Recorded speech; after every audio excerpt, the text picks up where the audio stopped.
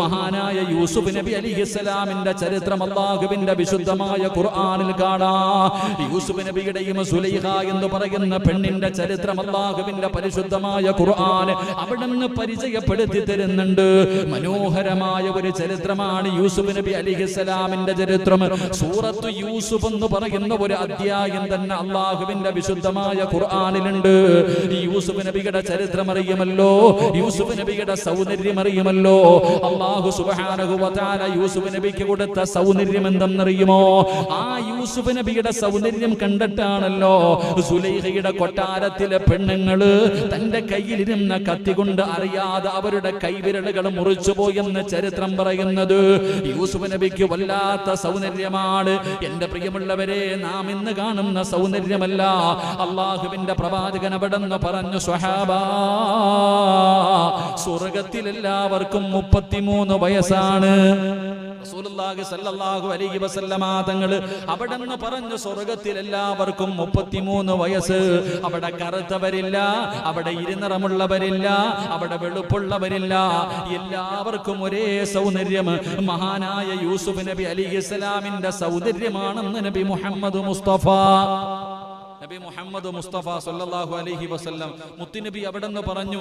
നമ്മൾ ഇന്ന് ചരിത്രം പറയുമ്പോ യൂസുഫ് നബി അലൈഹിസ്സലാം സുലൈഖയുടെ കൊട്ടാരത്തിലൂടെ നടന്നു പോകുമ്പോ കൊട്ടാരത്തിലെ പെണ്ണുങ്ങളുടെ മുന്നിലൂടെ 19 വയസ്സുള്ള യൂസുഫ് നബി അലൈഹിസ്സലാം നടന്നു പോയപ്പോ ആ യൂസുഫ് നബിയുടെ ഗ്ലാമർ കണ്ടിട്ട് ആപ്പിൾ മുറിച്ചുകൊണ്ടിരുന്ന കത്തി കൊണ്ട് തന്റെ കൈവിരലുകൾ മുറിച്ചു എന്ന് ചരിത്രം പറയുമ്പോ യൂസുഫ് നബിയുടെ സൗന്ദര്യം എന്തെന്നറിയുമോ? എന്റെ പ്രിയമുള്ള സഹോദരങ്ങളെ, സൗന്ദര്യത്തിന്റെ നേർ പകുതി അല്ലാഹു സുബ്ഹാനഹു വ തആല ആർക്ക് കൊടുത്തു? മഹാനായ നബി മുഹമ്മദ് മുസ്തഫ സല്ലല്ലാഹു അലൈഹി വസല്ലം. സൗന്ദര്യത്തിന്റെ നേർ പകുതി അല്ലാഹു കൊടുത്തത് മുത്തുനബിക്ക്. പിന്നെ പകുതി ഉണ്ടായിരുന്നു. ആ പകുതിയിൽ നിന്ന് പകുതി യൂസുഫ് നബി അലൈഹിസ്സലാമിന് കൊടുത്തു. ബാക്കി വരുന്ന ആ ഒരു തുണ്ടാണ് ലോകത്തുള്ള സർവ്വ മനുഷ്യർക്കും അല്ലാഹു കൊടുത്തിരിക്കുന്നത്. അപ്പൊ എന്റെ പ്രിയപ്പെട്ടവരെ, നമ്മൾ ചിന്തിച്ചു നോക്ക്, ആ സൗന്ദര്യത്തിന്റെ ഒരംശമാണ് ഈ ഭൂമിയിലുള്ള എല്ലാവർക്കും അല്ലാഹു കൊടുത്തതെങ്കിൽ യൂസുഫ് നബിയുടെ സൗന്ദര്യം എന്തായിരിക്കും? യൂസുഫ് നബിയുടെ സൗന്ദര്യം ഇത്രയാണെങ്കിൽ മഹാനായ നബി മുഹമ്മദ് മുസ്തഫ സല്ലല്ലാഹു അലൈഹി വസല്ലമ തങ്ങളുടെ സൗന്ദര്യം എത്രയായിരിക്കുമെന്ന് നാം ഒന്ന് ചിന്തിച്ചു നോക്ക്. എന്റെ പ്രിയമുള്ളവരെ, ആ യൂസുഫ് നബി അലൈഹിസ്സലാമിനെ സുലൈഖ എന്ന് പറയുന്ന അസീസിന്റെ ഭാര്യയായ സുലൈഖ, എന്റെ പ്രിയപ്പെട്ടവരെ, യൂസുഫ് നബി അലൈഹിസ്സലാമിനെ വല്ലാതെ ഇഷ്ടപ്പെടുകയാണ്. അവിടുന്ന് ചരിത്രം പറയുന്നു, സുലൈഖ എന്ന് പറയുന്ന പെണ്ണ് 7 കവാടങ്ങളുള്ള ഒരു മണിയറ തന്നെ ഒരുക്കിയെന്ന്. യൂസുഫ് നബി അലൈഹിസ്സലാമിനോട് വല്ലാത്ത സ്നേഹമായപ്പോ അവിടുന്ന് 7 കവാടങ്ങളുള്ള ഒരു അറയുണ്ടാക്കി. ആ കൊട്ടാരത്തിന്റെ അകത്ത് പ്രത്യേക ഒരു അറയുണ്ടാക്കി. എന്നിട്ട് യൂസുഫ് നബി അലൈഹിസ്സലാമിനെ കൊട്ടാരത്തിന്റെ അകത്തേക്ക്, തന്റെ അറയിലേക്ക് അവിടുന്ന് ക്ഷണിക്കുകയാ.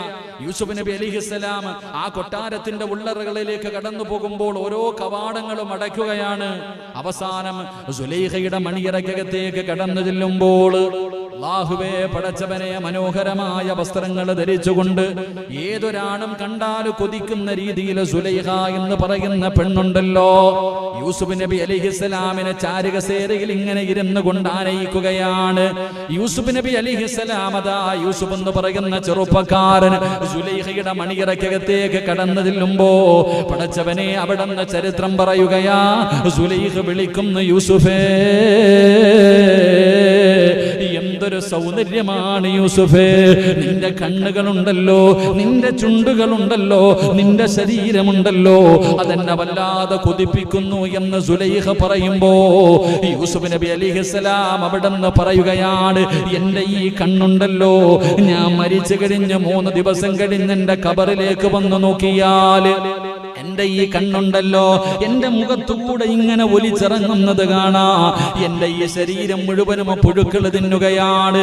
എന്തെല്ലാം പറഞ്ഞിട്ടും സുലൈഖ എന്തെല്ലാം പ്രലോഭനങ്ങൾ ഉണ്ടാക്കുന്ന കാര്യങ്ങൾ പറഞ്ഞിട്ടും യൂസുഫ് നബിയുടെ ഭാഗത്ത് നിന്നൊരു പ്രതികരണമില്ലാതെ വന്നപ്പോ അവിടെ നിന്ന് ചോദിക്കുന്നു, യൂസുഫേ, നിനക്ക് എങ്ങനെയാ എന്നെ നിരസിക്കാൻ കഴിയുന്നത്? എങ്ങനെ നീ എന്നെ വലിച്ചെറിയാൻ കഴിയുന്നത്? അവിടെ നിന്ന് യൂസുഫ് നബി അലൈഹിസ്സലാം അവിടെ നിന്ന് പറഞ്ഞു, ഇത്തഖില്ലാ എനിക്ക് അല്ലാഹനെ വല്ലാത്ത പേടിയാ സുലൈഖ, എനിക്ക് പടച്ച റബ്ബിനെ വല്ലാത്ത ഭയമാണ്.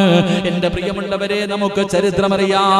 സുലൈഖ യൂസുഫ് നബി അലൈഹിസ്സലാമിനെ കേറി പിടിക്കുകയാണ്. അവിടെ നിന്ന് നിലവിളിച്ചുകൊണ്ട് യൂസുഫ് നബി അലൈഹിസ്സലാം സുലൈഖയുടെ മണിയറയ്ക്കകത്ത് നിന്ന് ഇറങ്ങി ഓടുകയാണ്. എന്റെ പ്രിയമുള്ളവരെ, അവസാനം യൂസുഫ് നബി അലൈഹിസ്സലാമിനെ ജയിലറയിലേക്ക് പിടിച്ചിട്ടു. ആ ജയിലറയ്ക്കകത്ത് കിടക്കുമ്പോഴും സുലൈഖ കടന്നു വരികയാണ്. യൂസുഫേ, എന്റെ വഴിക്ക് നീ കടന്നു വന്നില്ലെങ്കിൽ നിന്റെ ജീവിതകാലം മുഴുവനും ഇതിനകത്ത് കിടന്ന് നരകിക്കേണ്ടി വരുമെന്ന് സുലൈഖ അവിടെ നിന്ന് ഭീഷണിപ്പെടുത്തുമ്പോ യൂസുഫ് നബി അലൈഹിസ്സലാം അവിടെ നിന്ന് പറഞ്ഞ മറുപടി അല്ലാഹുവിന്റെ ഖുർആൻ പറയുകയാ. സുലൈഖയോട് ആ യൂസുഫ് നബി പറഞ്ഞ മറുപടി എന്തെന്നറിയുമോ? ഖാല റബ്ബി അസ്ജിനി അഹബ്ബു ഇലയ്യ. അവിടെ നിന്ന് പറഞ്ഞു, സുലൈഖ,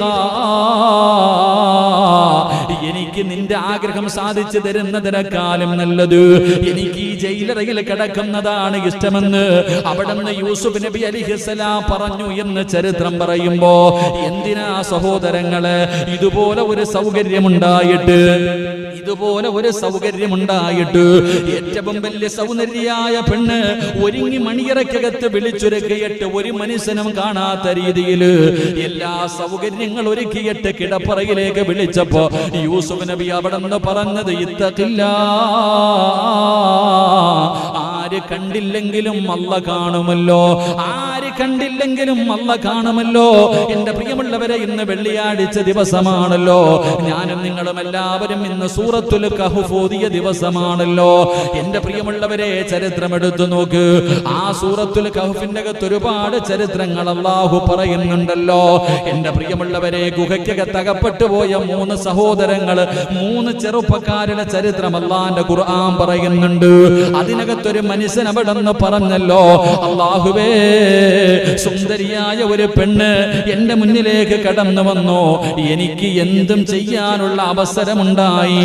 ആ സമയത്ത് നിന്നെ ഓർത്തുകൊണ്ട് ഞാൻ പിന്തിരിഞ്ഞല്ലോ. പടച്ചവനെ, നിന്റെ തൃപ്തി കരുതി നിന്നെ ഭയന്നിട്ടാണ് ഞാൻ പിന്തിരിഞ്ഞത്. അതുകൊണ്ട് ഈ പാറവൊന്ന് മാറ്റിത്തരണേ എന്ന് ദുആ ചെയ്ത ചരിത്രം നമ്മൾ പഠിച്ചവരാണ്. അതുകൊണ്ട് എന്റെ പ്രിയപ്പെട്ടവരോട് ഓർമ്മപ്പെടുത്തുകയാ, തെറ്റ് ചെയ്യാൻ അവസരം കിട്ടുമ്പോ പടച്ചവനെ, പാപം ചെയ്യാൻ, വ്യഭിചരിക്കാനാകട്ടെ, കള്ളു കുടിക്കാനാകട്ടെ, ഏതെങ്കിലും മോശമായ കാര്യങ്ങൾ ചെയ്യാനാകട്ടെ, പാപങ്ങൾ ചെയ്യാനുള്ള അവസരം കിട്ടുമ്പോ ആര് കണ്ടില്ലെങ്കിലും അല്ലാഹു കാണുന്നുണ്ടെന്നുള്ള ബോധമുണ്ടാകണം. ആ പടച്ച റബ്ബിനെ ഭയന്നുകൊണ്ട് ആ പാപത്തിൽ നിന്ന് നീ പിന്തിരിഞ്ഞാൽ, വലിമൻ ഖാഫ മഖാമ റബ്ബിഹി ജന്നതാ. അല്ലാഹുവിന്റെ പരിശുദ്ധമായ ഖുർആനാ പറയുന്നത്. 2 സ്വർഗ്ഗം തരാമെന്നാ പറഞ്ഞത്. നിസ്കരിക്കുന്നവനല്ല, നോമ്പ് പിടിക്കുന്നവനല്ല, ഹജ്ജ് ചെയ്തവനല്ല, സദഖ കൊടുത്തവനല്ല, പള്ളി കെട്ടി കൊടുത്തവനല്ല, അല്ലാഹുവേ രാവും പകലും കടന്ന് ഇബാദത്ത് ചെയ്തവനല്ല. അല്ലാഹു പറയുന്നു, ഒരാൾക്ക് ഞാൻ 2 സ്വർഗ്ഗം തരാം. അല്ലാഹു പറയുകയാ, ഞാൻ 2 സ്വർഗ്ഗം തരാം. ആർക്ക്? നിസ്കരിക്കുന്നവർക്കെന്നല്ല പറഞ്ഞത്, ഹജ്ജ് ചെയ്യുന്നവർക്കെന്നല്ല പറഞ്ഞത്. എന്റെ പ്രിയമുള്ള സഹോദരങ്ങളെ, ഒരു പാപം ചെയ്യാൻ അവസരം കിട്ടുമ്പോ, ഒരു തെറ്റ് ചെയ്യാൻ അവസരം കിട്ടുമ്പോ ആ തെറ്റിൽ നിന്ന് പടച്ച റബ്ബിനെ ഭയന്നുകൊണ്ട് പിന്തിരിയുന്നവന് ഞാൻ 2 സ്വർഗ്ഗം തരാം. ഹദീസിന്റെ കിതാബുകൾ എടുത്തു നോക്ക്, ചരിത്രം എടുത്തു നോക്ക്. മഹാനായ സയ്യിദുനാ ഉമർ ഇബ്നുൽ ഖത്താബ് റളിയല്ലാഹു തആല അൻഹുവിന്റെ കാലഘട്ടത്തില്, ഉമർ റളിയല്ലാഹു തആല അൻഹുവിന്റെ കാലഘട്ടത്തില് ഇശാ നിസ്കരിച്ചിട്ട് ഒരു ചെറുപ്പക്കാരൻ ഇങ്ങനെ വീട്ടിൽ പോവാ. ഇശാ നിസ്കരിച്ചിട്ട് ഒരു ചെറുപ്പക്കാരൻ തന്റെ വീട്ടിലേക്ക് ഇങ്ങനെ ഈന്തപ്പന മരങ്ങൾക്ക് ഇടയിലൂടെ ഇങ്ങനെ പതുങ്ങി ആ ചെറുപ്പക്കാരൻ ഇങ്ങനെ വീട്ടിലേക്ക് പോകാം. ആരുമില്ലാത്ത വഴിയിലൂടെ തന്റെ വീട്ടിലേക്ക് നടന്നു പോകുമ്പോ എല്ലാ ദിവസവും പള്ളിയിൽ വരുമ്പോ ഈ ചെറുപ്പക്കാരനെ വല്ലാതെ സ്നേഹിക്കുന്ന ഒരു പെണ്ണുണ്ടായിരുന്നു. വല്ലാതെ സ്നേഹിക്കുന്ന ഒരു പെണ്ണ്. അവസാനം ഇശാ നമസ്കാരം കഴിയും ചെറുപ്പക്കാരൻ പോകുമ്പോ ഈ പെണ്ണ് ഓടി വന്നിട്ട് ആരും കാണാതെ ഇരുട്ടത്ത് വെച്ച് കെട്ടിപ്പിടിച്ചു. എന്നിട്ട് അവിടെ നിന്ന് പറഞ്ഞു, ആരും കാണുന്നില്ല, വലിയ ആഗ്രഹം, എനിക്ക് നിന്നോട് വല്ലാത്ത പ്രേമ, എന്റെ ആഗ്രഹം ഒന്ന് സാധിച്ചതാ. ചെറുപ്പക്കാരനെ ആരും കാണാത്ത ഇരുട്ടിന്റെ വഴിയിൽ ഈന്തപ്പന മരത്തിന്റെ ഇടയിൽ പതുങ്ങിയിരുന്ന് കെട്ടിപ്പിടിച്ചിട്ട് ഒരു പെണ്ണിനെ ആണ് പിടിച്ചിട്ടല്ല, ഒരു പെണ്ണ് ആണിനെ പിടിച്ചിട്ട് ചോദിക്കുന്നു, എനിക്ക് നിന്നെ വല്ലാത്ത ഇഷ്ടമാ, എന്റെ ആഗ്രഹം ഒന്ന് സാധിച്ചതാ, ഒരു ഉമ്മയെങ്കിലും എന്താടാ. എന്റെ പ്രിയമുള്ള സഹോദരങ്ങളെ, ചെറുപ്പക്കാരന്റെ കൈകാലുകൾ വിറയ്ക്കുകയാ. എന്തിന്? അല്ലാഹുവേ പടച്ചവനെ, ഞാൻ നരകത്തിലായി പോയല്ലോ, ഞാൻ പാപം ചെയ്തു പോയല്ലോ, അല്ലാഹുവേ പടച്ചവനെ, ഞാൻ വ്യഭിചരിച്ചു പോയല്ലോ. കരഞ്ഞു വിളിച്ച് നിലവിളിച്ച് ബോധം കെട്ട് താഴെ വീണു. നിലവിളിച്ച് അല്ലാഹുവിനെ കുറിച്ച് ഓർത്ത് പേടിച്ച് നിലവിളിച്ചിട്ട് അവിടെ താഴെ വീണു. പെണ്ണ് കളഞ്ഞിട്ട് ഓടി രക്ഷപ്പെട്ടു. എന്റെ പ്രിയമുള്ളവരെ, അവസാനം വഴിയാത്രക്കാര് ചുമന്നുകൊണ്ട് വീട്ടിലേക്ക് കൊണ്ടുപോയി. അവസാനം ബോധം തിരിച്ചു വന്നപ്പോ വാപ്പ ചോദിച്ചു, എന്തേ മോനെ? പോയി വാപ്പ, ഹസറത്ത് ദുനിയാവൽ ആഖിറ, ദുനിയാവും പോയി ആഖിറവും പോയി. ഞാൻ തെറ്റുകാരനായി പോയി, ഞാൻ നരകത്തിന്റെ അവകാശിയായി പോയി. നടന്ന സംഭവം മുഴുവനും വാപ്പാനോട് മകൻ പറഞ്ഞു കൊടുത്തു. വാപ്പ പറഞ്ഞു, മോനെ, നീ തെറ്റുകാരനല്ല, നീയല്ലല്ലോ പിടിച്ചത്, ആ പെണ്ണ് ഇങ്ങോട്ട് കയറി പിടിച്ചതാണല്ലോ. എന്റെ പൊന്നുമോൻ ഒന്നും ചെയ്തില്ലല്ലോ, അള്ളാഹുവിന് ഭയന്നുകൊണ്ട് പിന്തിരിഞ്ഞവനാണല്ലോ, മോൻ പേടിക്കണ്ട. ഇല്ല വാപ്പ, ഞാൻ തെറ്റുകാരനാ. എന്തു പറഞ്ഞിട്ടും തന്റെ പൊന്നാര മകന് മനസ്സിലാകുന്നില്ല. അവസാനം ആ ചെറുപ്പക്കാരൻ പറഞ്ഞു, എങ്കിൽ ഖലീഫയോട് പോയി ചോദിക്കും. ഉമർ ഇബ്നു ഖത്താബ് റളിയല്ലാഹു തആല അൻഹു രാജ്യത്തിന്റെ ഭരണാധികാരിയാ, പോയിട്ട് ചോദിക്കാൻ. വാപ്പ രാത്രി തന്നെ ഉമർ ഇബ്നു ഖത്താബ് റളിയല്ലാഹു തആല അൻഹുവിന്റെ വീട്ടിൽ പോയി. അവിടെ നിന്ന് പോയി കാര്യങ്ങളൊക്കെ പറഞ്ഞപ്പോ ഉമർ തങ്ങൾ പറഞ്ഞു, അല്ലാഹു പുറത്തു കൊടുക്കട്ടെ, നിങ്ങളുടെ മോൻ തെറ്റൊന്നും ചെയ്തില്ല, അവൻ അല്ലാഹുവിനെ ഭയന്ന് ജീവിക്കുന്നവനാ. വാപ്പ വളരെ സന്തോഷത്തോടുകൂടി തന്റെ പൊന്നാര മകനോട് പറയുന്നതിന് വേണ്ടി വീട്ടിലേക്ക് കടന്നു വന്നപ്പോ തന്റെ പൊന്നാര മകന്റെ മയ്യിത്ത കാണുന്നത്. എന്റെ പ്രിയമുള്ള സഹോദരങ്ങളെ, ഞാൻ തെറ്റുകാരനായി പോയല്ലോ, ഞാൻ പാപിയായി പോയല്ലോ, നാളെ അള്ളാഹുവിന്റെ സ്വർഗത്തിൽ നിന്ന് എന്നെ ആട്ടി ഓടിക്കുമല്ലോ ഓർത്ത് കരഞ്ഞ് കരഞ്ഞ് കരഞ്ഞ് നെഞ്ചു പൊട്ടികെട്ടും മരിച്ചുപോയി കിടക്കാം. ഈ ചെറുപ്പക്കാരന്റെ മയ്യത്ത് 6 അടി മണ്ണിലേക്ക് ഇറക്കി വെച്ചപ്പോ, ആ ചെറുപ്പക്കാരന്റെ മയ്യത്താണ് 6 അടി മണ്ണിലേക്ക് ഇറക്കി വെച്ചിട്ട് ആ ഖബറിന്റെ ചാരത്തിരുന്നിട്ട് മഹാനായ സയ്യിദുനാ ഉമർ ഇബ്നുൽ ഖത്താബ് റളിയല്ലാഹു തആല അൻഹു ആ ചെറുപ്പക്കാരന്റെ ഖബറിന്റെ ചാരത്തിരുന്നിട്ട് പറയുകയാണ്, മോനെ, വലിമൻ ഖാഫ മഖാമ റബ്ബിഹി ജന്നതാ, നിനക്കല്ലാഹു 2 സ്വർഗം തരുമെന്ന് ഉമർ തങ്ങളെ പോലും ഖബറിന്റെ ചാരത്തിരുന്ന് പറഞ്ഞു എന്ന് ചരിത്രങ്ങൾ പറയുമ്പോ, എന്റെ പ്രിയമുള്ളവരെ, നമുക്ക് ഒരുപാട് അവസരങ്ങൾ വരികയാണ് പാപങ്ങൾ ചെയ്യാൻ. ഇന്ന് പൈസ കൊടുക്കണ്ട, ഫ്രീ ആയിട്ട് കള്ള് മേടിച്ച് തരാൻ ഒരുപാട് പേരുണ്ട്. ഫ്രീ ആയിട്ട് കള്ള് മേടിച്ചു തരാൻ ഒരുപാട് പേരുണ്ട്. 5 പൈസ കൊടുക്കണ്ട, നമ്മളെ വിളിച്ചു തരാൻ ഒരുപാട് പേരുണ്ട്. എന്റെ പ്രിയമുള്ളവരെ, പാപങ്ങളിലേക്ക് വലിച്ചു കൊണ്ടുപോകാൻ ഒരുപാട് പേരുണ്ട്. സാഹചര്യവും സന്ദർഭവും എല്ലാം നമ്മുടെ മുന്നിൽ ഒരുക്കി തരുന്നുണ്ട്. ആ ഒരുക്കി തരുന്ന സമയത്ത് അള്ളാഹുവിനെ ഭയന്ന് ജീവിച്ചാൽ അള്ളാഹുവിന്റെ അനുഗ്രഹങ്ങൾ കൊണ്ട് നിറച്ച സ്വർഗത്തിലേക്ക് കടന്നു പോകാൻ കഴിയുമെന്ന് അള്ളാഹുവിന്റെ വിശുദ്ധ ഖുർആൻ. അള്ളാഹു നമുക്ക് ഈമാൻ നൽകി അനുഗ്രഹിക്കുമാറാകട്ടെ. ആ ഭയമായിരുന്നു നമ്മുടെ മുൻഗാമികൾക്ക് ഉണ്ടായിരുന്നത്. പക്ഷേ നമുക്ക് ആ പേടിയില്ല. നമ്മുടെ മുൻഗാമികൾക്ക് അള്ളാഹുവിനെ വല്ലാത്ത പേടിയായിരുന്നു. അതുകൊണ്ട് തന്നെ എന്റെ പ്രിയമുള്ള സഹോദരങ്ങളെ, എന്തെങ്കിലും ഒരു പരീക്ഷണങ്ങൾ ഉണ്ടാകുമ്പോൾ, എന്തിന് ആകാശത്ത് കാർമേഘങ്ങൾക്കൊരു മാറ്റം വരുമ്പോൾ അവർ ഭയപ്പെടുമായിരുന്നു. ഒരു കാറ്റടിച്ചാൽ, ഒരു മഴ ഉണ്ടായാൽ, എന്തെങ്കിലും ഒരു മാറ്റം ഉണ്ടായാൽ എന്റെ പ്രിയപ്പെട്ടവരെ, അവര് ഭയന്ന് വിറച്ചുകൊണ്ട് നിസ്കരിക്കുമായിരുന്നു, ദുആ ചെയ്യുമായിരുന്നു എന്ന് ചരിത്രം പഠിപ്പിക്കുമ്പോ, എന്റെ പ്രിയമുള്ളവരെ, ലക്ഷക്കണക്കിന് പേര് മരണപ്പെട്ടു പോയി, കോടിക്കണക്കിന് രോഗികളുണ്ടായി. എല്ലാവരും വല്ലാത്ത ഭയത്തിന്റെ നടുവിലൂടെ കടന്നു പോകുമ്പോ പോലും ഗവൺമെന്റ് പോലും പള്ളിയിൽ പോയി 100 പേർക്ക് നിസ്കരിക്കാമെന്ന് അനുവാദം കൊടുത്തിട്ട് പോലും പള്ളിയിൽ നിസ്കരിക്കാൻ ആളില്ല. അതാ മനസ്സിലാക്കൽ. നമ്മുടെ രാജ്യം പോലും പറയുന്നു 100 പേർക്ക് നിയമങ്ങൾ പാലിച്ചുകൊണ്ട് പള്ളിയിൽ പോയി നിസ്കരിക്കാം. എത്ര പേരാ ഉള്ളത്? ഇന്നത്ര 100 പേര് പുറത്തുണ്ടായിരുന്നില്ല. അൽഹംദുലില്ലാഹ്. എന്റെ പ്രിയമുള്ള സഹോദരങ്ങളെ, നിങ്ങൾ ചിന്തിക്ക്, അള്ളാനെ ആർക്കും പേടിയില്ല, കൊറോണയെ എല്ലാവർക്കും പേടി. അള്ളാഹു നമ്മുടെ പേടി മാറ്റി തരുമാറാകട്ടെ. എന്റെ പ്രിയമുള്ളവരെ, മാറും. എന്റെ പ്രിയമുള്ള സഹോദരങ്ങളെ, ഇതൊക്കെ മാറും. ഇതിൽ നിന്നൊക്കെ നമ്മൾ പാഠം ഉൾക്കൊള്ളാൻ തയ്യാറാകണം. അള്ളാഹുവിന്റെ പള്ളികളൊക്കെ അടച്ചിട്ട് ആരാധനയില്ലാതിരുന്നാലുള്ള അവസ്ഥ ആലോചിക്കേ. എന്റെ പ്രിയപ്പെട്ട സഹോദരങ്ങളെ, ഇപ്പൊ പിന്നെ പള്ളിയിലെ ഉസ്താദന്മാർക്കൊന്നും ജോലിയില്ലപ്പ, വലിയ കാര്യമാണ്. കമ്മിറ്റിക്കാരൊക്കെ നല്ലപോലെ പഠിച്ചിരിക്കാൻ ഞാൻ എല്ലാവരെയും അടച്ചാക്ഷേപിക്കുന്ന ആളൊന്നുമല്ല. ഒരു ഉസ്താദന്മാരുടെ അവസ്ഥ ഇപ്പൊ കമ്മിറ്റിക്കാര് പറയുന്നത്, ഉസ്താദ് ഇങ്ങോട്ട് വരണ്ട, ഇവിടെ ജോലിയൊന്നും ഇല്ലല്ലോ. ഇപ്പൊ എല്ലാം ചെയ്യുന്നത് മുഅദ്ദിൻ സാഹിബ് തന്നെ. അദ്ദേഹത്തിനെ നിർത്തി ബാങ്ക് വിളിപ്പിക്കുക, നിസ്കരിപ്പിക്കുക, അല്ല അദ്ദേഹത്തിന്റെ. ബാക്കിയുള്ളവരൊന്നും ഇല്ല. പാവങ്ങൾ റോഡ് സൈഡിലൊക്കെ നിന്ന് കച്ചവടം നടത്തുക. അല്ലാഹു അഅലം. എന്റെ പ്രിയപ്പെട്ട സഹോദരങ്ങളെ, അള്ളാഹു ഈ ഉമ്മത്തിലെ ആലിമീങ്ങൾക്ക് അള്ളാഹു അവർക്ക് ഈമാൻ നൽകി അനുഗ്രഹിക്കുമാറാകട്ടെ. ആരുടെ മുന്നിലും പറയുന്നില്ലെന്നേ ഉള്ളൂ. റോഡിലൊക്കെ നോക്കുമ്പോൾ അണ്ടിപ്പരിപ്പിക്കാനൊക്കെ ഒരുപാട് പേര് നിൽക്കുന്നു. എന്താ അവസ്ഥകൾ എന്റെ പ്രിയപ്പെട്ടവരെ! കാരണം എന്തേ? മാസവരിയൊക്കെ എല്ലാവരും വാങ്ങുന്നുണ്ട്, പള്ളിയിലെ ഉസ്താദിനെ മാത്രം ഇങ്ങനെ വിട്ടിരിക്കുക. എന്റെ പ്രിയപ്പെട്ട സഹോദരങ്ങൾ, അതൊരു അവസരമായി കാണുക. അൽ ഉലമാ വറസത്തുൽ അംബിയ, അമ്പിയാക്കന്മാരുടെ അനന്തര അവകാശികളാണ് ആലിമീങ്ങൾ. ആ ആലിമീങ്ങളെ പലരും പരിഗണിക്കുന്നില്ല.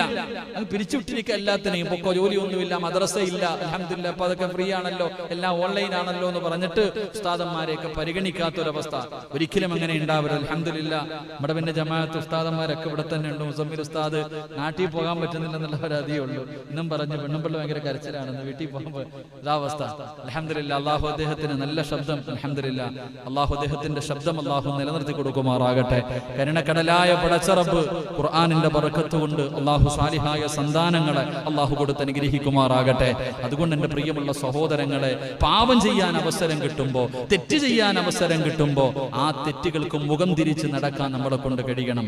അങ്ങനെ നടക്കാൻ അതാണല്ലോ അല്ലാഹുവിന്റെ പരിശുദ്ധമായ ഖുർആൻ പറഞ്ഞു. നമ്മുടെ ഇച്ഛകൾ നമ്മൾ വലിച്ചെറിയണം. നമ്മുടെ മോഹങ്ങളും ആഗ്രഹങ്ങളും എല്ലാം മറിച്ചെറിയുമ്പോഴാണ് അല്ലാഹുവിന്റെ സ്വർഗ്ഗം നമുക്ക് നേടാൻ കഴിയുന്നത്. അല്ലാതെ നമുക്ക് തോന്നുന്നത് പോലെ ജീവിച്ചിട്ട് അള്ളാന്റെ സ്വർഗ്ഗത്തിൽ പോകാമെന്ന് നമ്മൾ ആരും കരുതണ്ട. അള്ളാഹു നമ്മളെ കാത്തിരക്ഷിക്കുമാറാകട്ടെ. അതുകൊണ്ട് അവിടുന്ന് ഹദീസിന്റെ കിതാബുകൾ, പരിശുദ്ധമായ ഖുർആൻ നമുക്ക് പറഞ്ഞു തരുന്നു, നമ്മളുടെ ആഗ്രഹങ്ങൾ, പാപങ്ങൾ ചെയ്യാൻ അവസരം കിട്ടുമ്പോൾ ആ പാപങ്ങളിൽ നിന്ന് പിന്തിരിയാൻ കഴിയണം. തെറ്റുകൾ ചെയ്യാൻ അവസരമുണ്ടാകുമ്പോൾ അള്ളാഹുവിനെ ഭയന്നുകൊണ്ട് ആ തെറ്റുകളിൽ നിന്ന് പിന്തിരിയാൻ എനിക്കോ നിങ്ങൾക്കോ കഴിഞ്ഞാൽ അള്ളാഹുവിന്റെ അനുഗ്രഹങ്ങൾ കൊണ്ട് നിറച്ച സ്വർഗത്തിലേക്ക് കടന്നു പോകാം. അള്ളാഹു നമുക്ക് ഭാഗ്യം നൽകി അനുഗ്രഹിക്കുമാറാകട്ടെ. ഞാൻ വിശദീകരിക്കുന്നില്ല. രണ്ട്, എന്റെ പ്രിയമുള്ള സഹോദരങ്ങളെ, അള്ളാഹുവിന്റെ പ്രവാചകൻ അവിടെ നിന്ന് പറഞ്ഞു തരികയാണ്, അള്ളാഹുവിന്റെ സ്വർഗത്തിലേക്ക് കടന്നു പോകാനുള്ള രണ്ടാമത്തെ എളുപ്പവഴി എന്റെ പ്രിയപ്പെട്ട സഹോദരങ്ങളെ, എന്റെ പ്രിയപ്പെട്ട സഹോദരങ്ങളെ, ദുനിയാവിൽ നിന്ന് കുറഞ്ഞതുകൊണ്ട് തൃപ്തിപ്പെട്ടാൽ അള്ളാഹു നമുക്ക് സ്വർഗം തരുമെന്ന് നബി മുഹമ്മദ് മുസ്തഫ സല്ലല്ലാഹു അലൈഹി വസല്ലം അള്ളാഹുവിന്റെ പരിശുദ്ധമായ ഖുർആൻ പറയുന്നു. ഇന്ന സമനൽ ജന്നതി അത്വഅതു വതറഖുദ് ദുനിയ. അള്ളാഹുവിന്റെ വിശുദ്ധമായ ഖുർആൻ നമ്മളോട് ഓർമ്മപ്പെടുത്തുന്നു, എന്റെ പ്രിയമുള്ള സഹോദരങ്ങളെ, അള്ളാഹു തരുന്നത് കൊണ്ട് തൃപ്തിപ്പെടാനുള്ള ഒരു മനസ്സ്, അത് ചെറുതാകട്ടെ, ചെറിയ വീടാകട്ടെ, ചെറിയ വാഹനമാകട്ടെ, ചെറിയ ഭക്ഷണമാകട്ടെ, എന്തുമാകട്ടെ, അള്ളാഹു തന്നതുകൊണ്ട് തൃപ്തിപ്പെടാനുള്ള ഒരു മനസ്സ് നമുക്കുണ്ടെങ്കിൽ നമുക്ക് അള്ളാഹു സ്വർഗ്ഗം തരുമെന്ന് നബി മുഹമ്മദ് മുസ്തഫ സല്ലല്ലാഹു അലൈഹി വസല്ലം. എന്റെ പ്രിയമുള്ള സഹോദരങ്ങളെ, നമുക്ക് അങ്ങനെ ഒരു മനസ്സില്ല. നമുക്കങ്ങനെ ഒരു മനസ്സില്ല. അള്ളാഹുവിന്റെ റസൂൽ സല്ലല്ലാഹു അലൈഹി വസല്ലം തങ്ങൾ പറഞ്ഞു, ആദമിന്റെ മക്കളുടെ ആഗ്രഹങ്ങൾ തീരണമെങ്കിൽ അവൻ ഒരു മല കിട്ടിയാൽ പറയാം അടുത്ത സ്വർണ്ണമല വേണമെന്ന്, അത് കിട്ടിയാൽ പറയാം അടുത്തത് വേണമെന്ന്. അവന്റെ ആഗ്രഹം പള്ളിക്കുടിയിൽ എത്തിയാല്ലാതെ തീരില്ല എന്ന് നബിയുനാ റസൂലുള്ളാഹി സ്വല്ലല്ലാഹു അലൈഹി വസല്ലം. എന്റെ പ്രിയമുള്ളവരെ, എല്ലാവരും ആരാ ഇപ്പൊ നല്ല വഴി ഹലാലായ കച്ചവടം നടത്തുന്ന എത്ര പേരുണ്ട്? എല്ലാവർക്കും എങ്ങനെയെങ്കിലും പണമുണ്ടാക്കണം. അതിന് ഏത് വളഞ്ഞ വഴിയിലൂടെയും പണമുണ്ടാക്കാൻ എളുപ്പ വഴികൾ തേടിയിട്ട് ജനങ്ങൾ ഇങ്ങനെ പരക്കം പായുക. ഇപ്പൊ പിന്നെ ചെയിൻ ബിസിനസ്, അതിനെ കുറിച്ചൊക്കെ ആ മസല ഒന്ന് പഠിക്കണമെന്ന് പലരും ചോദിക്കാറുണ്ട്. ഈ ചെയിൻ ബിസിനസ് ഇപ്പൊ ഒരാളെ ഏൽപ്പിച്ചു കൊടുത്താൽ ഇത്ര രൂപ കിട്ടും, അടുത്ത ആളെ ഏൽപ്പിച്ചു കൊടുത്താൽ കിട്ടും. ഇതൊക്കെ ആരാ പഹക്കം 10 ലക്ഷം നോക്കുക. സ്വർണ്ണക്കടയിൽ കൊണ്ടുപോയിട്ട് കുറെ അങ്ങിട്ട് കൊടുക്കുക. 10 ലക്ഷം രൂപ കൊടുത്തു കഴിഞ്ഞാൽ മാസം ഇത്ര രൂപ കിട്ടും. അതൊരു ഡിപ്പോസിറ്റാ 10,000 രൂപ. അതൊരു ഡിപ്പോസിറ്റ് 10,000 രൂപ. എന്റെ പ്രിയപ്പെട്ടവരെ, അത് ആ കച്ചവടത്തിന്റെ കണക്കെടുത്ത് ലാഭം നോക്കിയിട്ട് അതിലെ ഒരു വിഹിതമാണ് തരുന്നത്. ചിന്തിച്ചു നോക്ക്. ഞാൻ ആരെയും കുറ്റപ്പെടുത്തുകയല്ല. എന്റെ പ്രിയപ്പെട്ടവരെ, ഹലാലും ഹറാമും ഇന്ന് നോക്കാതെ ജനങ്ങൾ എങ്ങനെയെങ്കിലും അള്ളാഹു എല്ലാവരുടെ മുന്നിൽ വലിയവനാകണം, അവനെക്കാളും വലിയ വണ്ടി വേണം, അവനെക്കാളും വലിയ വീട് വേണം, ഈ ഒരു ചിന്തയോടുകൂടി ജനങ്ങൾ ഇങ്ങനെ ജീവിക്കുകയാ. ഹലാലും ഹറാമും പരിഗണിക്കുന്നില്ല.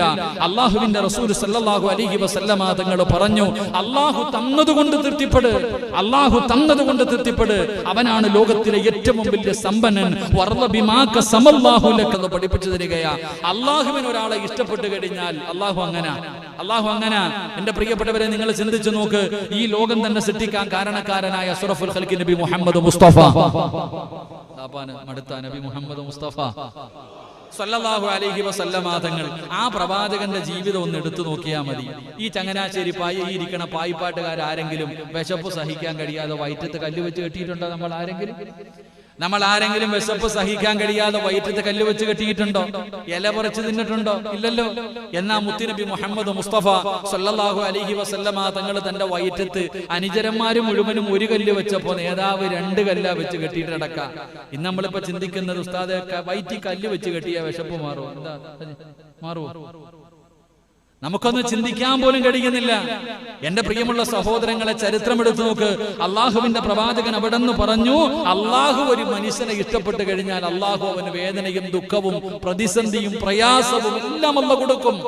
ഒരാൾക്ക് അള്ളാഹുവിന് ഇഷ്ടമല്ലെങ്കിൽ അള്ളാഹു അവന്റെ മുന്നിൽ ദുനിയാവ് തുറന്നു കൊടുക്കുമെന്ന് നബിയുനാ റസൂലുള്ളാഹി. നമ്മളൊക്കെ തന്നെ ചോദിക്കുമല്ലോ, ഉസ്താദെ പള്ളിയില്ല, പട്ടവും ഇല്ല, ഒരു പൊരുത്തിന് പോലും 5 നയാ പൈസ സദഖ കൊടുക്കത്തില്ല, പക്ഷെ അവൻ ഏത് കടയിട്ടാലും വിജയിക്കുന്നില്ല. നമ്മൾ ചിന്തിക്കുമല്ലോ, ഇപ്പൊ അവൻ മാത്രം എന്റെ കൂടപ്പുറപ്പാണെങ്കിലും പള്ളിയിൽ പോലും കയറത്തില്ല, വെള്ളിയാഴ്ച തന്നെ അവൻ വരുന്ന പാടവൻ അറിയാം. അപ്പൊ അങ്ങനെ ജീവിച്ചിട്ടും അള്ളാഹു അവന് വാരിക്കോരി കൊടുക്കുന്നല്ലോ. ഞാൻ തഹജ്ജുദ് നിസ്കരിക്കും, എല്ലാ കാര്യങ്ങൾക്കും മുൻപന്തിയിലുണ്ട്, എനിക്ക് അള്ളാഹു വല്ലാത്ത ദുഃഖവും പ്രയാസവും എന്നും ഇതൊക്കെ തന്നെയാണല്ലോ. എന്റെ പ്രിയമുള്ളവരെ, മഹാനവറുകൾ അവിടെ നിന്ന് പറഞ്ഞു തരുന്നു, അള്ളാഹു ഇഷ്ടപ്പെട്ട് കഴിഞ്ഞാൽ അള്ളാഹു നമ്മളെ പ്രയാസപ്പെടുത്തും, വേദനിപ്പിക്കും. എന്റെ പ്രിയമുള്ളവരെ, മഹാനായി നബി മുഹമ്മദ് മുസ്തഫ സല്ലല്ലാഹു അലൈഹി വസല്ലമ തങ്ങൾ അവിടെ നിന്ന് ചരിത്രം പറയുന്നു, ഒരു ദിവസം തന്റെ വീടിന്റെ അകത്ത് കിടന്നിട്ട് മുത്തുനബിക്ക് ഉറക്കം വരുന്നില്ല. അള്ളാഹുവിന്റെ പ്രവാചകന് കിടന്നിട്ട് ഉറങ്ങാൻ പറ്റുന്നില്ല. കാരണം ഭക്ഷണം കഴിച്ചിട്ട് ദിവസങ്ങളായി, വിശപ്പ് സഹിക്കാൻ കഴിയാതെ പ്രവാചകൻ തിരിഞ്ഞും മറിഞ്ഞും കിടന്നു, എന്നിട്ടും ഉറക്കം വരുന്നില്ല. അള്ളാഹുവിന്റെ പ്രവാചകൻ അവസാനം വീടിന്റെ അകത്ത് നിന്ന് പടുത്തു കിടക്കുന്ന മലരാരണ്യത്തിലൂടെ വിശപ്പ് സഹിക്കാൻ കഴിയാതെ അള്ളാഹുവിന്റെ പ്രവാചകൻ ഇങ്ങനെ ഇറങ്ങി നടന്നു പോകുമ്പോൾ, അതാ പ്രവാചകന്റെ മുന്നിൽ അല്ലാഹുവിന്റെ റസൂൽ ഇങ്ങനെ നടന്നു പോകുമ്പോ തനിക്കെതിരെ ഒരാൾ ഇങ്ങനെ നടന്നു വരികയാണ്. തനിക്കെതിരെ ഒരാൾ ഇങ്ങനെ നടന്നു വരികയാ. ആരാ? മഹാനായ സയ്യിദുനാ അബൂബക്കർ സിദ്ദീഖ് റളിയല്ലാഹു തആല അൻഹു. അല്ലാഹുവിന്റെ പ്രവാചകൻ അവിടെ നിന്ന് ചോദിക്കുന്ന, അബൂബക്കറെ, ഈ സമയത്ത് നീ എവിടേക്ക് പോവുകയാണ്? ഈ സമയത്ത് നീ എവിടേക്ക് പോവുകയാണ്? അല്ലാഹുവിന്റെ റസൂലിനോട് കരഞ്ഞുകൊണ്ട് പറഞ്ഞു, യാ റസൂലല്ലാഹ്, വിശപ്പ് സഹിക്കാൻ കഴിയുന്നില്ല നബിയേ, എനിക്ക് വിശപ്പ് താങ്ങാൻ കഴിയുന്നില്ല നബിയേ, അതുകൊണ്ട് വീടിന്റെ അകത്ത് കിടന്നിട്ട് ഉറക്കം വരാതെ ഇറങ്ങി നടന്നതാണ്. അബൂബക്കർ തങ്ങളെ ചോദിച്ചു, നബിയേ അങ്ങെങ്ങോട്ടാണ്? അല്ലാഹുവിന്റെ റസൂല് ചിരിച്ചു കാണിക്കുകയാ. എന്റെ പ്രിയമുള്ളവരെ, രണ്ടുപേരും മുന്നോട്ട് നടക്കുകയാണ്. ഏതെങ്കിലും ഒരു സ്വഹാബിയുടെ വീട്ടിൽ നിന്ന് ഭക്ഷണം ലഭിച്ചാലോ, റസൂലുള്ളാഹി തങ്ങളെ നടന്നു പോകുമ്പോ, അബൂബക്കർ തങ്ങളെ നടന്നു പോകുമ്പോ മൂന്നാമതൊരാൾ വരുന്നു. മഹാനായ സയ്യിദുനാ ഉമർ ഇബ്നുൽ ഖത്താബ്. ഉമർ ഇബ്നുൽ ഖത്താബ് റളിയല്ലാഹു തആല അൻഹു കടന്നു വരികയാ. അവിടെ നിന്ന് ചോദിക്കുന്നു, ഉമറേ എവിടെ പോവുകയാണ്? നബിയേ വിശക്കുന്നു നബിയേ, ഭക്ഷണം കഴിച്ചിട്ട് ദിവസങ്ങളായി. അല്ലാഹുവിന്റെ റസൂലിനോട് അവിടെ നിന്ന് പറഞ്ഞു. 3 പേരും കൂടെ അവസാനം ഒരു സ്വഹാബിയുടെ വീട്ടിലേക്ക് കടന്നുപോയി. അവിടെ നിന്ന് കഴിക്കാൻ ആ സ്വഹാബി ഓടിച്ചെന്ന് ഭക്ഷണം എടുത്തു. അള്ളാഹുവിന്റെ പ്രവാചകന്റെ മുന്നിലേക്ക് കൊണ്ടുവച്ചു കൊടുത്തു. അള്ളാഹുവിന്റെ റസൂൽ അതിൽ നിന്നൊരൽപ്പം തന്റെ പൊന്നാര മകളായ ഫാത്തിമയ്ക്ക് കൊടുക്കുന്നതിന് വേണ്ടി എടുത്തു മാറ്റിവെച്ചു. എന്നിട്ട് അബൂബക്കർ തങ്ങളും ഉമർ തങ്ങളും മുത്തുനബിയും കൂടെ ആ കൊണ്ടുവച്ചിരുന്ന ഭക്ഷണം കഴിക്കാൻ തുടങ്ങുമ്പോ അള്ളാന്റെ റസൂൽ അവിടെ നിന്ന് വിളിക്കുന്നു, സ്വഹാബാ, നാളെ അള്ളാഹുവിന്റെ മുന്നിൽ ഇതിനും കണക്ക് പറയണം സ്വഹാബാ. പൊട്ടിക്കരന്നുകൊണ്ട് ചോദിക്കുന്നു, നബിയേ, ദിവസങ്ങൾക്ക് ശേഷം കിട്ടുന്ന ഒരു ഭക്ഷണമാണ്, ഇതിന് പോലും നാളെ പടച്ച റബ്ബിന്റെ മുന്നിൽ കണക്ക് പറയേണ്ടി വരുമോ? അവിടെ നിന്ന് കരഞ്ഞുകൊണ്ട് ഉമർ തങ്ങൾ ചോദിച്ചു എന്ന് ചരിത്രം പറയുമ്പോ അള്ളാഹുവിന്റെ പ്രവാചകൻ റബ്ബിനോട് ദുആ ചെയ്തത് എന്തെന്നറിയുമോ? എനിക്ക് കോടികൾ വേണമെന്നല്ല, എനിക്ക് കൊട്ടാരങ്ങൾ വേണമെന്നല്ല, എനിക്ക് ഒരുപാട് സമ്പത്ത് തരണമെന്നല്ല. ആയിഷ ബീബി റളിയല്ലാഹു തആല അൻഹ പറയുകയാണ്, എന്റെ പ്രിയപ്പെട്ട ഭർത്താവ് ഒരു ദിവസം വീട്ടിലേക്ക് കടന്നു വന്നു. എന്നിട്ട് പറഞ്ഞു, ആയിഷ കഴിക്കാൻ എന്തെങ്കിലും ഉണ്ടോ? ആയിഷ. ഭർത്താവ് വീട്ടിൽ വന്നിട്ട് ഭാര്യയോട് ചോദിച്ചു, കഴിക്കാൻ ഭക്ഷണമുണ്ടോ? ആയിഷ ബീബി അതാ മിണ്ടുന്നില്ല. ആയിഷ ബീബി മിണ്ടുന്നില്ല. അല്ലാഹുവിന്റെ റസൂൽ ചോദിച്ചു, കുടിക്കാൻ ഇത്തിരി വെള്ളമെങ്കിലും ഉണ്ടോ? ആയിഷ ബീബി കരയുകയാണ്. ആയിഷ ബീബി റളിയല്ലാഹു തആല അൻഹ കരയുകയാണ്. അവസാനം പ്രവാചകൻ പറഞ്ഞു, കരയണ്ട. അവസാനം വീടിന്റെ അകത്ത് കയറിയിട്ട് മുത്തുനബി ചുരുണ്ട് കിടക്കുകയാണ്. അള്ളാഹുവിന്റെ പ്രവാചകന്റെ ഒട്ടിക്കിടക്കുന്ന വയറ് കണ്ടപ്പോ ആയിഷ ബീബി റളിയല്ലാഹു തആല അൻഹ ഓടിച്ചെന്നിട്ട് വയറിന്റെ മുകളിൽ കൈവച്ചിട്ട് തലോടുകയാ. അല്ലാഹുവേ, എന്നോട് എന്റെ ഭർത്താവ് ഭക്ഷണം ചോദിച്ചിട്ട് പച്ചവെള്ളം ചോദിച്ചിട്ട് കുടിക്കാൻ കൊടുക്കാനില്ലല്ലോ എന്ന് പറഞ്ഞുകൊണ്ട് വയറ് തടകുമ്പോ ആയിഷ ബീബിയുടെ കണ്ണിൽ നിന്ന് കണ്ണുനീര് താഴെ വീഴുമ്പോ റസൂലുള്ള ഞെട്ടി ഉണർന്നിട്ട് ചോദിക്കുന്നു, ആയിഷ, എന്തിനാണ് ആയിഷ നീ കരയുന്നത്? നബിയെ, അങ്ങയുടെ അവസ്ഥ കണ്ടിട്ടാണ്. അല്ലാഹുവിന്റെ റസൂല് പറഞ്ഞ ഒരു മറുപടി ഇന്നത്തെ സർവ്വ പെണ്ണുങ്ങൾക്കും പഠിക്കാനുള്ളതാണ്. ഇന്നത്തെ സർവ്വ പെണ്ണുങ്ങളും, എല്ലാ ഭാര്യമാരും, എല്ലാ പെണ്ണുങ്ങളും പഠിക്കേണ്ടതാ. അല്ലാഹുവിന്റെ പ്രവാചകൻ അവിടെ നിന്ന് ചോദിച്ചു, ആയിഷ, കഴിക്കാൻ ഭക്ഷണമില്ലെങ്കിലും നീ എന്റെ കൂടെ ഇല്ലേ ആയിഷ? കഴിക്കാൻ ഭക്ഷണമില്ലെങ്കിലും നീ എന്റെ കൂടെ ഇല്ലേ ആയിഷ? എന്റെ പ്രിയമുള്ളവരെ, തന്റെ ഭർത്താവിന്റെ ദുഃഖത്തിലും സന്തോഷത്തിലും കൂടെ നിന്നവളാണ് ആയിഷ. ആയിഷയ്ക്ക് 50 വയസ്സൊന്നുമില്ലായിരുന്നു. ആയിഷ ബീബി അഭിമാനത്തോടുകൂടി അള്ളാഹുവിന്റെ പ്രവാചകന്റെ വഫാത്തിന് ശേഷം ആയിഷ ബീബി അഭിമാനത്തോടുകൂടി പറയുമായിരുന്നു, ഒരാൾക്കും കിട്ടാത്ത 9 ഭാഗ്യം കിട്ടിയവളാ ആയിഷ. ഒരു പെണ്ണിനും കിട്ടാത്ത, മുത്തുനബിയുടെ ഒരു ഭാര്യമാർക്കും കിട്ടാത്ത 9 ഭാഗ്യം ലഭിച്ചവളാണ് ആയിഷ. ആയിഷ ബീബി അഭിമാനത്തോടുകൂടി പറയുമായിരുന്നു. എന്റെ പ്രിയമുള്ളവരെ, ആ 9 കാര്യത്തിൽ ഒരു കാര്യം എന്തെന്നറിയോ? ആയിഷ ബീബി തന്റെ സഹാബത്തിനോട് പറഞ്ഞു, സ്വഹാബാ, മുത്തുനബി എവിടെ കിടന്നാ മരണപ്പെട്ടതെന്നറിയുമോ? അല്ലാഹുവിന്റെ റസൂൽ എവിടെ കിടന്നാ വഫാത്തായതെന്നറിയുമോ?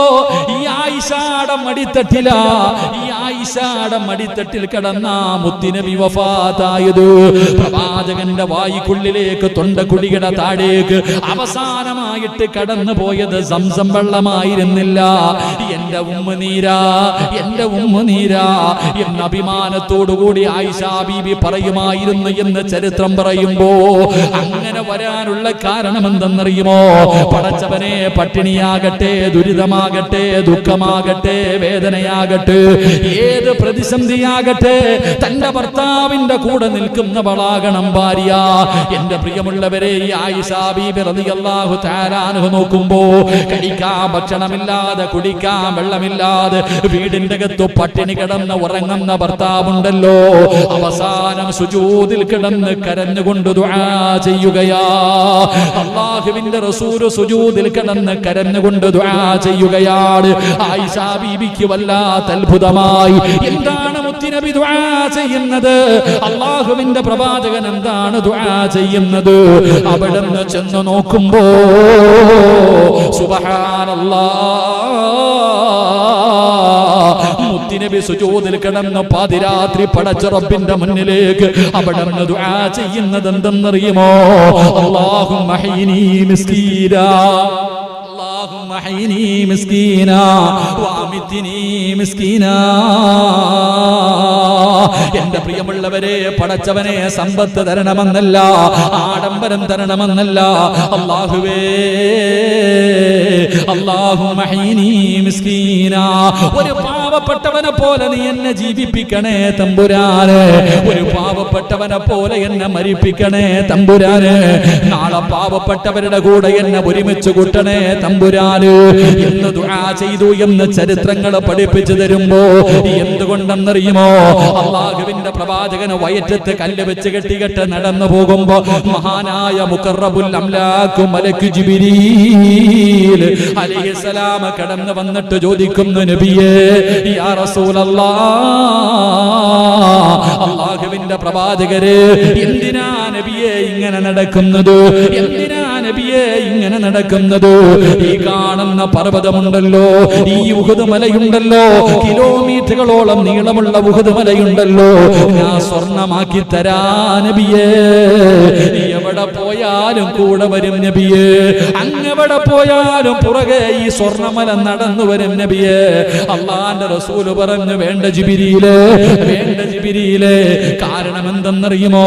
അല്ലാഹുവിന്റെ പ്രവാചകൻ പറഞ്ഞു, സ്വഹാബാ, നാളെ സ്വർഗ്ഗത്തിൽ ആദ്യം കടന്നു പോകുന്നത് പാവപ്പെട്ടവരാണോ എന്ന് നബി മുഹമ്മദ് മുസ്തഫ സല്ലല്ലാഹു അലൈഹി വസല്ലം